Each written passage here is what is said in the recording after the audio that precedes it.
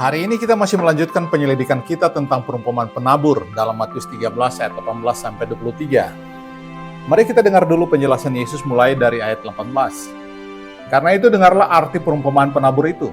Kepada setiap orang yang mendengar firman tentang kerajaan surga tetapi tidak mengertinya, datanglah si jahat dan merampas yang ditaburkan di dalam hati orang itu. Itulah benih yang ditaburkan di pinggir jalan.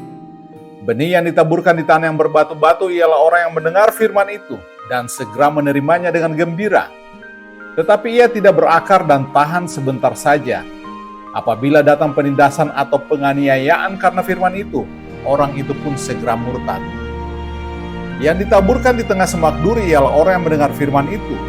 Lalu kekhawatiran dunia dan tipu daya kekayaan menghimpit firman itu sehingga tidak berbuah.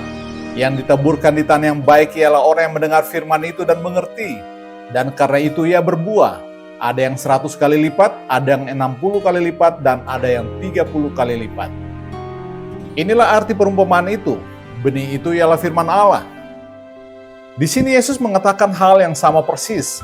Ia berkata bahwa ketika benih mulai tumbuh, maka akan terjadi 3 hal ini. Yang pertama tercatat di Matius 13 ayat 21. Yaitu penindasan. Yang kedua adalah penganiayaan. Dan yang ketiga terlihat di Lukas 8 ayat 13, yaitu pencobaan. Kita perlu mempelajari ketiga hal ini. Pertama penindasan, penganiayaan, dan pencobaan. Ketiga hal ini akan menimbulkan tekanan yang luar biasa atas diri Anda. Suatu tekanan yang sangat berat. Kenyataannya memang demikianlah arti dari penindasan di dalam bahasa sumbernya. Kata Yunani untuk penindasan pada dasarnya berarti tekanan. Berada di bawah penindasan berarti berada di bawah tekanan. Kata yang sama juga digunakan pula di dalam Kisah Rasul 14 ayat 22. Untuk masuk di dalam kerajaan Allah, kita harus mengalami banyak sengsara. Artinya Anda akan masuk dalam rupa-rupa tekanan sepanjang waktu. Saya yakin bahwa mereka yang baru dibaptis pasti mulai mengalami tekanan. Jika Anda belum mendapatkannya, maka itu akan datang segera. Tetapi jika Anda terus saja tidak mengalami tekanan, maka saya akan mengkhawatirkan apakah Anda mengerti apa arti menjadi orang Kristen. Anda pasti mengalami tekanan. Lalu bagaimana sikap orang Kristen dalam hal ini? Untuk itu kita perlu melihat apa yang disampaikan oleh Rasul Paulus dalam Roma 5 ayat 3. Inilah kata-kata yang perlu Anda tanamkan di dalam hati jika Anda ingin menjadi orang Kristen sejati. Roma 5 ayat 3 berkata, dan bukan hanya itu saja, kita malah bermegah juga di dalam kesengsaraan kita. Karena kita tahu bahwa kesengsaraan itu menimbulkan ketekunan. Dan ketekunan menimbulkan tahan uji. Dan tahan uji menimbulkan pengharapan. Dan pengharapan tidak mengecewakan. Karena kasih Allah telah dicurahkan di dalam hati kita oleh Roh Kudus yang telah dikaruniakan kepada kita. Perhatikan kata-kata kita malah bermegah juga di dalam kesengsaraan kita.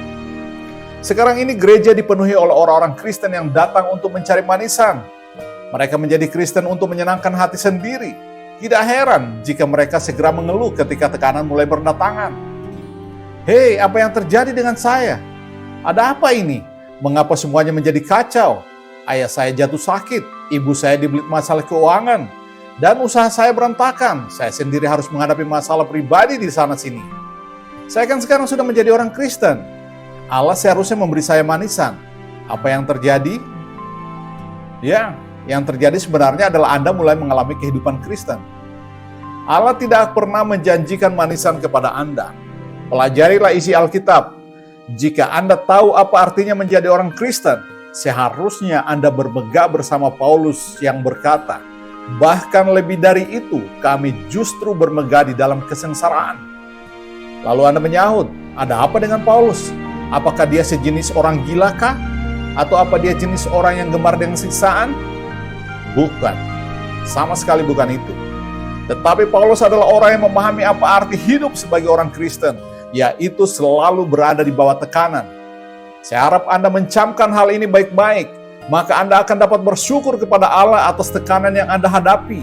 Anda akan belajar untuk bersama dengan Rasul Paulus dan berkata, aku bermegah. Kita bermegah atas penderitaan, atas tekanan yang harus kita tanggung. Dan masalah berikutnya adalah penganiayaan. Kata yang kedua adalah penganiayaan. Anda belum benar-benar menjadi orang Kristen jika Anda belum mengalami aniaya. Cepat atau lambat Anda akan mengalaminya, dan bentuk aniaya yang paling buruk adalah yang berasal dari sesama orang Kristen. Ingatlah selalu bahwa orang yang menganiaya Yesus sebagian besar berasal dari kalangan religius. Golongan Farisi adalah kelompok yang fanatik. Golongan ahli Taurat adalah para teolog. Imam-imam di Bait Allah adalah para pemimpin agama di zaman itu. Ketiga kelompok inilah yang menjatuhkan hukuman mati kepada Yesus. Ingatlah itu baik-baik. John Wesley, seorang hamba Allah yang luar biasa, sepanjang hidupnya ia dianiaya oleh sesama orang Kristen. Tahukah Anda akan hal itu? Bukan orang non-Kristen yang menimbulkan aniaya berat bagi John Wesley. Meskipun ia juga mengalami aniaya dari orang non-Kristen, akan tetapi orang Kristenlah yang paling menyusahkannya. Pada awalnya ia diusir dari gereja Inggris, gereja resmi kerajaan Inggris. Ia tidak diizinkan untuk berkhotbah di dalam setiap cabang gereja Inggris karena ia mengajar tentang kekudusan, dan gereja Inggris tidak mau mendengar khotbah tentang kekudusan.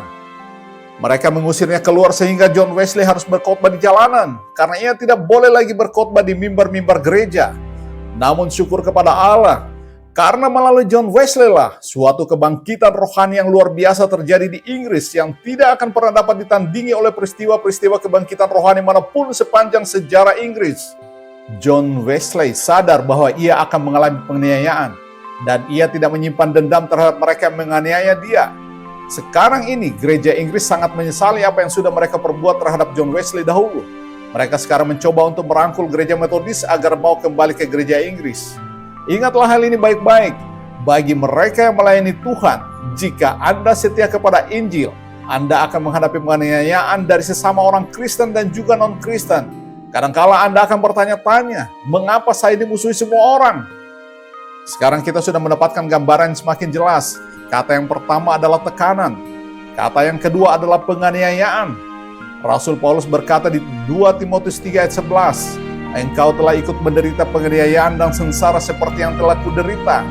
Dan ia melanjutkan di ayat 12, "Memang setiap orang yang mau hidup beribadah di dalam Kristus Yesus akan menderita aniaya." Anda dan saya harus menderita aniaya. Dan jangan mengira bahwa Anda adalah pengecualian. Jika Anda ingin dikecualikan, jangan pernah bermimpi untuk menjadi orang Kristen. Saat Anda menjadi orang Kristen, sadarilah hal ini. Saya akan menderita aniaya. Namun jika Anda tidak ingin menderita aniaya, maka kemasi saja barang-barang Anda dan lupakan kekristenan. Anda tidak usah menjadi orang Kristen sama sekali. Kata ketiga adalah pencobaan. Kata yang ketiga adalah pencobaan di Lukas 8 ayat 13. Kata pencobaan di dalam bahasa Yunani memiliki dua makna. Makna yang pertama dari kata pencobaan adalah ujian dari Allah. Jadi merupakan tindakan Allah untuk menguji Anda. Kata Yunani yang sama dipakai dalam 1 Petrus 4 ayat 14 dengan makna pengujian ini. Berbahagialah kamu jika kamu dinista karena nama Kristus, sebab roh kemuliaan yaitu roh Allah ada padamu. Di sini kata tersebut diterjemahkan dengan kata dinista, menderita penistaan karena nama Kristus. Kita akan membahas hal ini sebentar lagi. Makna kedua dari kata pencobaan adalah digoda untuk berbuat dosa. Di sini pengertiannya sangat jauh berbeda. Dalam maknanya kali ini, iblislah yang memegang peranan. Tentu saja iblis ikut berperan di dalam setiap ujian, dalam arti ia selalu mencoba untuk menjatuhkan dan menjauhkan Anda dari Allah. Namun di dalam makna yang kedua ini, ia berperan langsung. Bukan hanya sekedar dilibatkan, ia menggoda Anda untuk berbuat dosa. Ia mengumpankan dosa kepada Anda. Ia memamerkan kenikmatan dosa dan ia mencoba menjerat Anda ke dalam dosa. Hal ini dapat kita lihat contohnya dalam Lukas 4 ayat 13, di mana setan mencoba untuk menggoda Yesus, mencoba untuk menjatuhkannya. Penderitaan bisa membinasakan atau memberi pertumbuhan. Secara keseluruhan, kita dapat melihat bahwa penderitaan memang tidak terpisahkan dari kehidupan orang Kristen. Kita sudah melihat arti dari ketiga kata yang dipakai oleh Yesus dalam menjelaskan mengapa benih yang jatuh di tanah yang berbatu-batu itu layu. Perhatikan perumpamaan ini sekali lagi. Di dalam perumpamaan ini, penderitaan dibandingkan dengan matahari. Dikatakan bahwa ketika matahari terbit, maka benih yang tumbuh di tanah yang berbatu-batu itu mati karena mereka tidak berakar dan tidak mendapat cukup air. Renungkanlah hal ini baik-baik. Di dalam pengajaran Yesus kali ini, matahari dibandingkan dengan penderitaan. Matahari dapat membinasakan ataupun dapat membantu pertumbuhan. Itulah sebabnya saya nyatakan bahwa poin ini sangat penting dalam memahami perumpamaan ini. Tanpa matahari, tidak ada tanaman yang dapat bertumbuh. Dalam pengertian tertentu, matahari sangatlah dibutuhkan oleh tanaman yang menghasilkan buah. Ia memampukan tanaman itu untuk dapat menghasilkan banyak buah. Akan tetapi bagi tanaman yang tidak berakar, matahari akan membinasakannya. Penindasan sama seperti matahari. Ia akan membawa Anda masuk ke dalam hubungan Anda dengan Kristus lebih dalam lagi, atau ia akan membinasakan kerohanian Anda. Dan itu semua tergantung pada Anda, tergantung pada sikap hati Anda, dan bukan pada matahari. Yohanes 8 ayat 31-32. Jikalau kamu tetap dalam firman-Ku, kamu benar-benar adalah murid-Ku, dan kamu akan mengetahui kebenaran, dan kebenaran itu akan memerdekakan kamu.